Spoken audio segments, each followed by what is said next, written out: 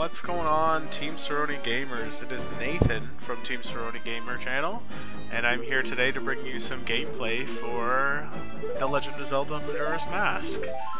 Our last video featured some tips and tricks about getting started with the game. Today I'm actually going to be playing through the first 3 days. If you're familiar with the game, you know that that takes a while, but we'll see how far we can get. My playthrough style, I love to do 100% playthroughs, so that's what I'll be doing today. Shout out to zeldadungeon.net for their amazing guides, because I will be following along with them. So if you're interested in a full playthrough yourself, definitely check it out. So I'm going to be going with the generic Link name. We would have seen all this wonderful cutscenes in our last video, but unfortunately if we want to get started on the game we have to go through them again. So we're going to be going through these cutscenes, talk a little bit about what's going on here. Obviously, like I mentioned in the previous video, Majora's Mask is a direct sequel of Ocarina of Time, which if you are not familiar with the play style or haven't played that yourself, I would definitely recommend it. It was a massive improvement on storylines and graphics and everything about that. It's just a classic game. A classic for sure.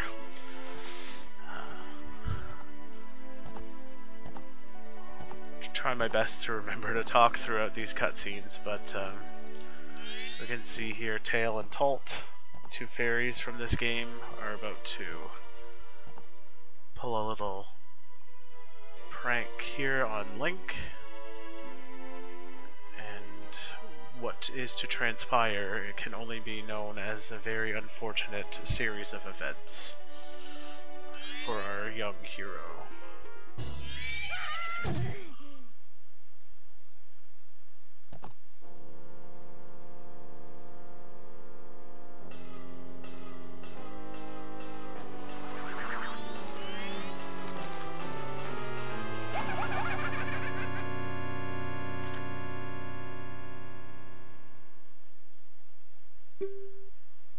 Try to leave the text up just for a few seconds to give you guys a chance to read it. I won't read it out loud, obviously. It's kind of silly of me to do if I was gonna. Depending on how long this runs, we may have to split this into a couple different videos. Like I mentioned in my tips and tricks, the playtime for 3 days in real time is pretty long, about an hour and a half, and if I remember correctly, the Song of Reverse Song of Time splits that into about 3 hours of live playtime, which is very handy for tackling the dungeons, but not so good for putting up some gameplay on YouTube. So we'll do our best to get through 3 days, try to keep it a little bit shorter for today, and then maybe set up some long playthroughs on further videos, show the whole dungeons, all the collections within the dungeons, etc., etc.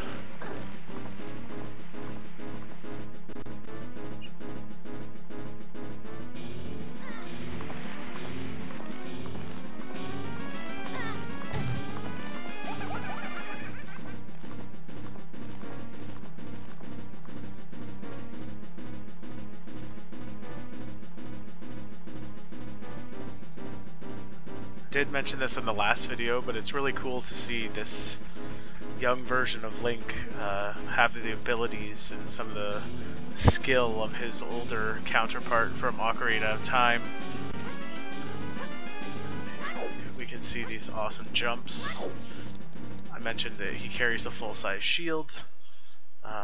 There is no Master Sword. You do have the Kokiri Sword as a human, and there are a couple upgrades we can make to the sword. Those won't happen for a few videos, but we'll get there eventually. The Gilded Sword is one of the best weapons in the game. Obviously, it's if you're not familiar with the game, it's an upgrade that allows you to do double damage while also always staying the way it is. So it's a permanent upgrade, whereas the step in between, known as the Razor Sword, only lasts for 100 hits. So it's definitely worth holding out until you get the stuff required for the Gilded Sword, because you do need to save up a lot of rupees in the game to get some items, so it's better to save your rupees than to keep using them on the Razor Sword. It costs 100 rupees every time you want to repair it, so it's better to just take a little longer to kill your enemies. The enemies themselves and the bosses and all that can be a little complex, but they're not too complicated, so.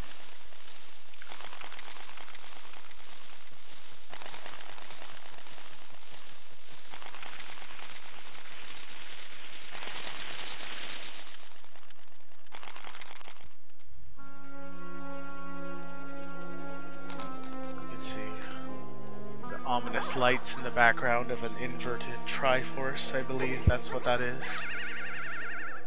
Our poor Link has been transformed into a Deku Scrub.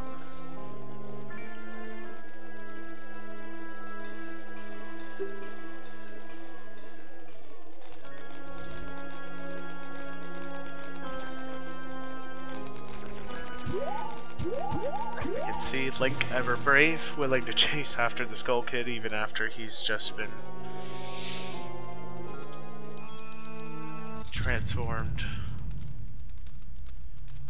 Stuck in this nightmare, so to speak, I guess is a good way to describe it. Like I mentioned in my video highlighting some tips, there's a lot to go through before you can even get to a point where you can stop playing, so we're just about through all of the cutscenes. We have one more after. Just get a few rupees here. We need some rupees right as we get into Clock Town, so it's good to have. Now, unfortunately, our fairy companion can't open doors, so we have to open them for her. We're going to head down the hall. And just like every other Zelda game, we are going to have a companion. This is our companion for this game. He's obviously apologizing for what happened.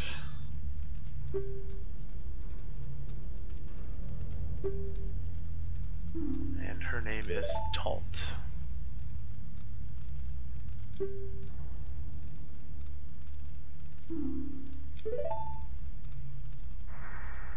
Of course, Link not too sold on the idea of having to have a companion, but nonetheless not in a position to refuse it. These are Deku Flowers. We talked about this in the last video. Different races that we're able to transform into have different abilities. One of the abilities of a Deku is to use these flowers to fly around. There's a few heart pieces that are locked behind multiple day games and mini events. That's our regular spin attack. You just push A to get to that. This is the pathway through this area. You have to go to the closest platform, obviously, is your best thing, but we can see here that we just are able to make it there. That is what I would believe is a small Deku tree.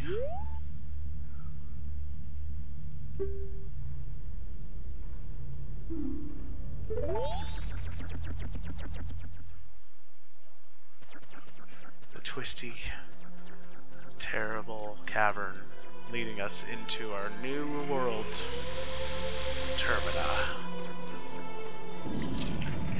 So we've been transported to the land of Termina. This is the basement of the clock tower, aptly named. Village surrounding it of Clocktown is our first destination. But first we're going to meet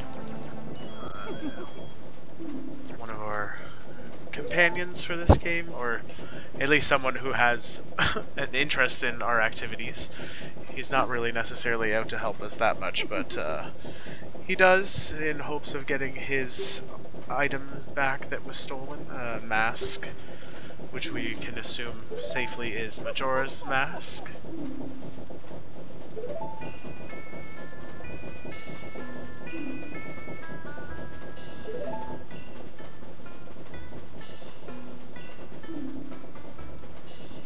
Precious item he's referring to as our ocarina, which we saw Skull Kid steal in the opening sequence. And like I mentioned, he just wants us to get his mask back for him, which was stolen by the Skull Kid.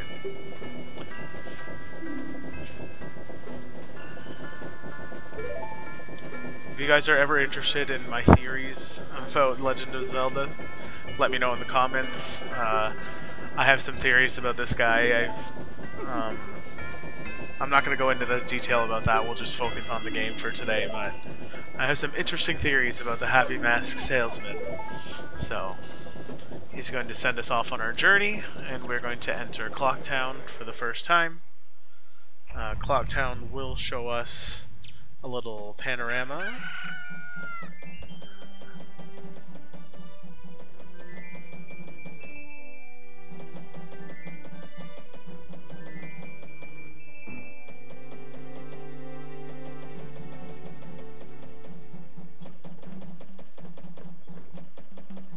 Even Tult is not a big fan.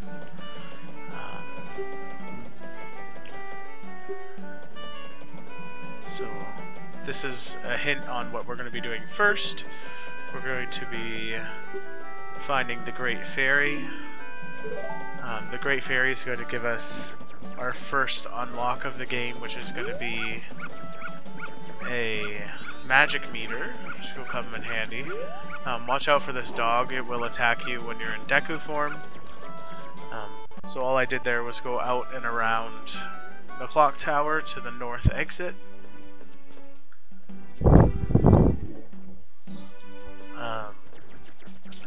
First stop, this is why we picked up some rupees.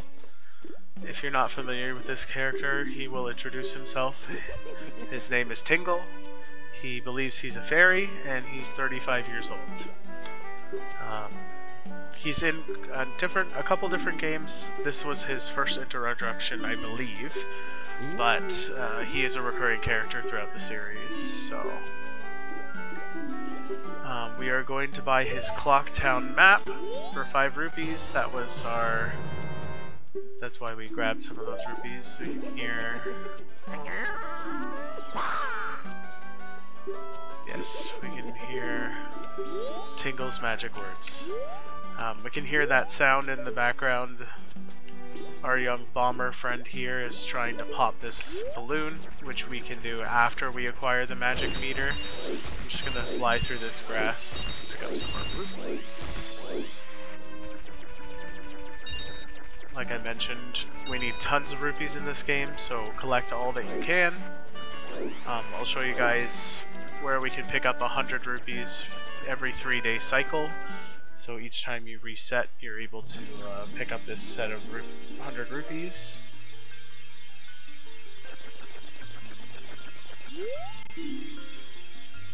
So we can see something's happened to the Great Fairy. So we're going to go right into the center. So the Skull Kid is responsible for this. And our goal is to bring back the one stray fairy that's been lost. This is a recurring activity throughout the dungeons as well. There are stray fairies for us to collect in each dungeon. I'll be able to showcase that for you guys as well. But we're going to go ahead and go through Clock Town again. It shows us, I might do a panorama of each section of Clock Town. There's 4, north, east, south, and west. For now, we can't reach that 100 rupees that I was talking about, but we can hit another 2 really quickly here. And we're going to continue back to South Clock Town. In South Clock Town, there's a mailbox here actually. Behind this mailbox, there's a pathway, and this is where we're going to find our first stray fairy in the water. As a Deku scrub, you can't swim, but you can hop across the water. One tip to as well is if you run and use an attack, it'll allow you to skip faster. But make sure that you make your way to the edge before your hops run out, otherwise you will unfortunately be sent back to wherever you entered the water for the first time. So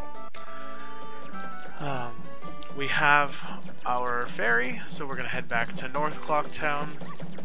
Once again, looking out for that dog, because he really doesn't like us when we're a Deku scrub. But so we're just going around the back of the clock tower into North Clock Town, and then heading back to the Great Fairy in her cavern. I almost went too wide there. Go back. She will be so grateful for us returning her to normal that she will gift us with a special ability.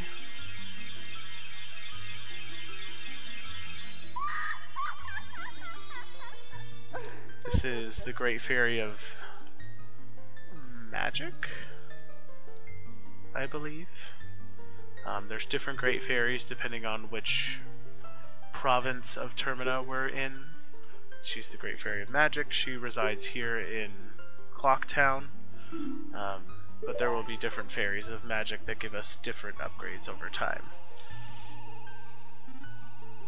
So we have our beloved magic meter, and we're going to be getting started on our bombers. The bombers are a group of boys that live around Clock Town. This is just describing how we use our magic.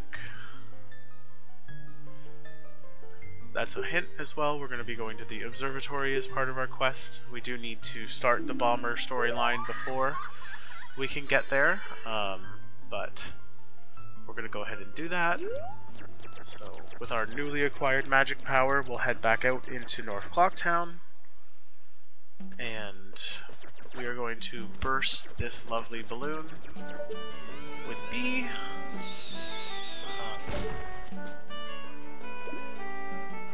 The controls can be a little difficult,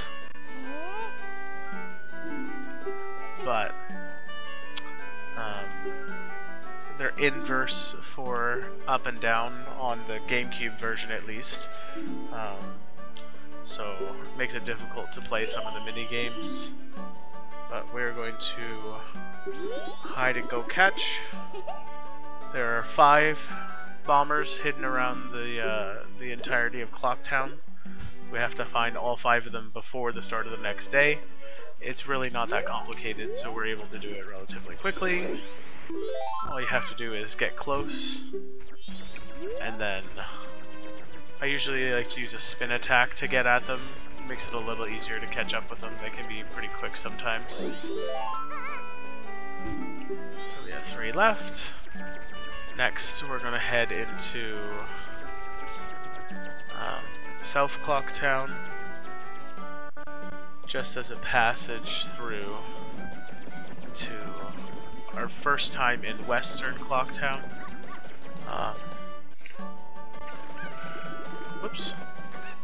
Okay, our East Clock Town we came to first by accident, so we'll catch the two that live here and then head into West Clock Town. You can see they're quite quick, so you really have to try to catch up to them. There are a lot of barriers for them to get stuck on, so that can be helpful.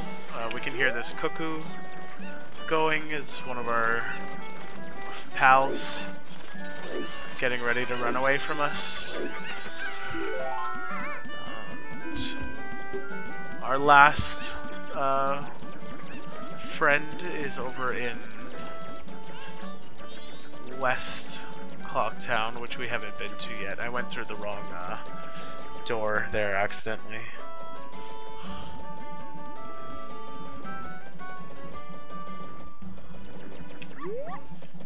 And then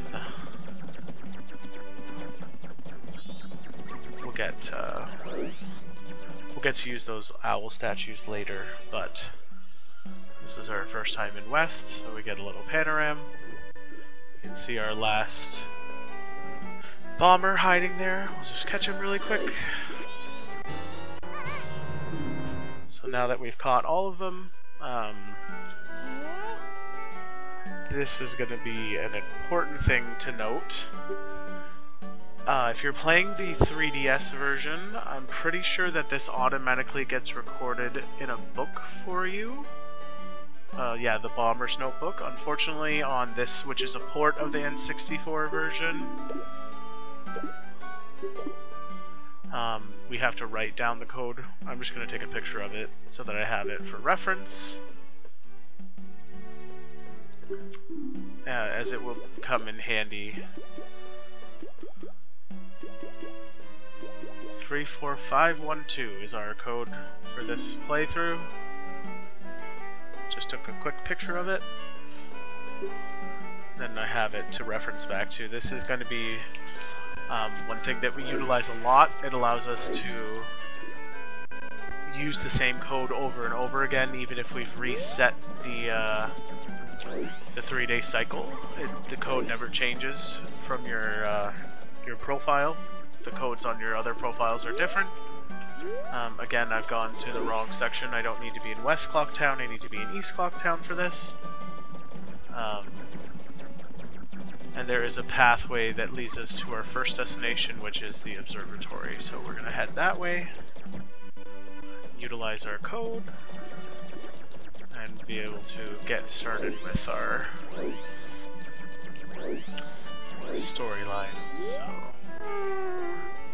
this young boy tells us that we need the code in order to get through. He's going to ask us for it. Ours was 3, 4, 5, 1, 2. So despite the fact that they wouldn't let us technically join the bomber group, we are able to get access to their hideout, which is a dingy old basement. This can be a little complicated. We do have to hop along the water. There's some platforms along the way, so be sure to use those. Like I mentioned, if you spin into the water, it'll allow you to jump faster. There is a spatula here. If we use a big bubble, so when you hold B the bubble grows bigger, then we can kill him in one shot.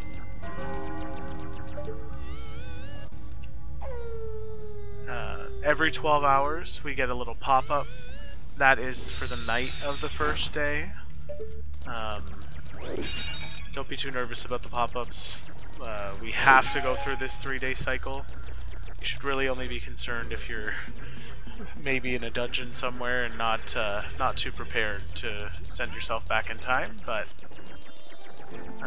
if we smash these pots we can get a few more rupees. Right now our limit is 99 rupees. The next upgrade is 200, so we definitely want to try and get to that as quick as possible. This is our old man that the wise old strange fairy taught us about, or told us about. She is quite helpful, it seems. And we can hear him complaining about the Skull Kid. Yes, we want to look into the telescope. This is the only way to get the moon tier, which is required for our final day. We need to get up to the clock tower, and we can't do that unless we have access to this Deku Flower that's in Clock Town. Obviously, we're not able to jump very high as a Deku scrub, so we have to get some leverage for that.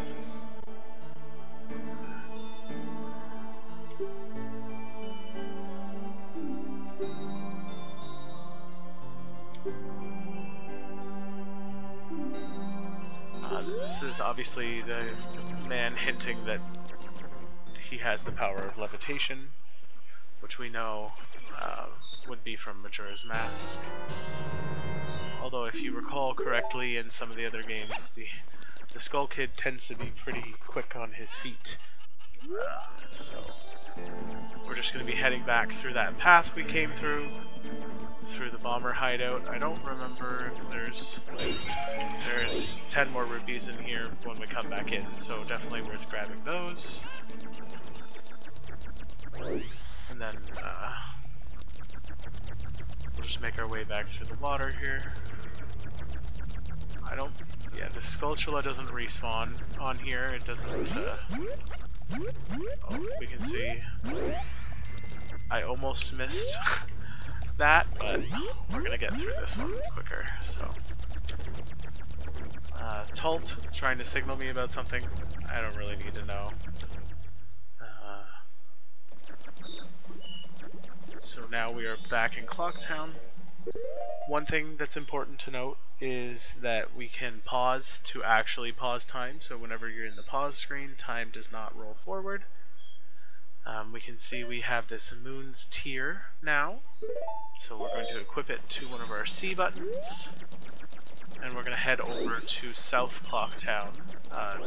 Right now at night we can't go into any of the buildings or anything like that, so we kind of just have to roam around, but we can complete this this portion of the quest.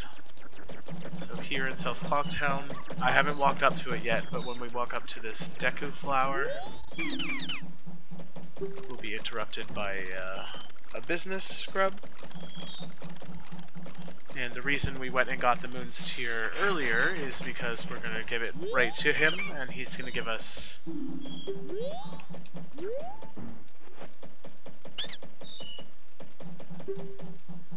this primo real estate deed here. So this is going to be what allows us to get access to the clock tower.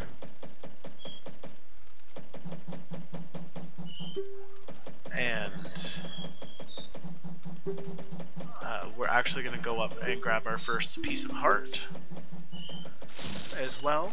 We just have to jump in the Deku Flower after this little cutscene of him flying away. And we can grab that piece of heart that's up over on the base there. And then we get started on our 100% collection of all the heart pieces. Some of them are quite frustrating to get. This one is not. Obviously we need 4, just like a classic Zelda's game. So, midnight on the eve of the carnival.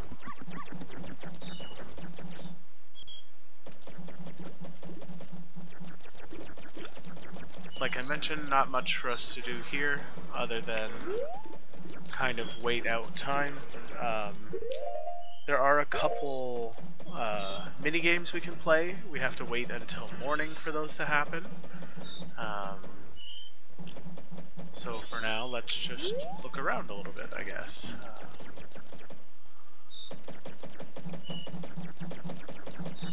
So South Clock Town is where we'll be able to get access to the clock tower on the eve of the carnival. This dog really does not like us. North Clock Town is where we can find the Deku Scrub playground. I'll show you guys where that is. We won't be able to play it right now. It changes from day to day how the layout of the course is. We'll be able to explore that more in the future, but it's just down, yeah, so we just jumped in the Deku Flower in North Clock Town, and then we can see if we try, there's certain hours in which things are available. This is one of those mini games that we don't really need to play unless we're doing the attempt to go through the full 3-day cycle to receive the heart piece. We do that in conjunction with one of the other 3-day games. So that's one of those. There's a few shooting gallery games that we'll complete during our time as well.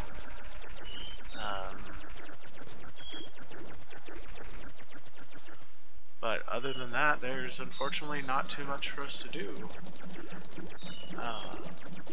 right away. This direction, I'll show you guys once we've passed through the first 3 days. Once you're back to Human Link, you're able to actually jump that gap, and beyond that gap there is, we can see up here, a little pathway. It leads around to this section, and there is a 100 rupee chest back there for us. One thing I will actually show you guys right now is how to deposit your rupees. I'm going to show you the bank and then take them back out because we'll need them for playing our mini games. The banker is located in West Clock Town. South Clock Town has some pretty good transitional spaces for us, so just head down to this pathway here. This fine gentleman is the banker.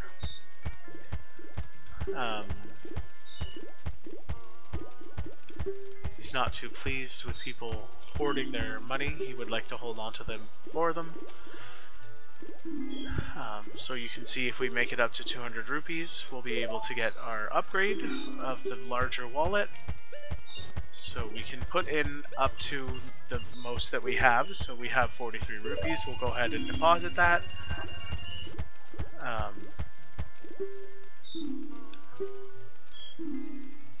And thankfully, this is one thing that doesn't reset every 3-day cycle. When you deposit rupees, if you don't deposit rupees and you run back the Song of Time, you will unfortunately lose all your rupees. You don't lose any of the items that you've acquired other than trading items. So we won't keep this land title deed. We have 10 Deku Nuts. The 10 Deku Nuts will disappear, but they won't lose the spot. You can see we don't have any other gear right now. So all I'm going to do, I'm actually going to pause our recording for today and get started when we get to the end of the 3 days. I may do some maybe minor rupee collection, but other than that, we're just going to be hanging out and getting used to the controls. Make sure you guys like, comment, subscribe if you're not. Let me know if there's anything you'd like to see in the future from this game. If there's specific things that you're struggling with, I can do my best to show you how to complete them. And then we'll continue this series later.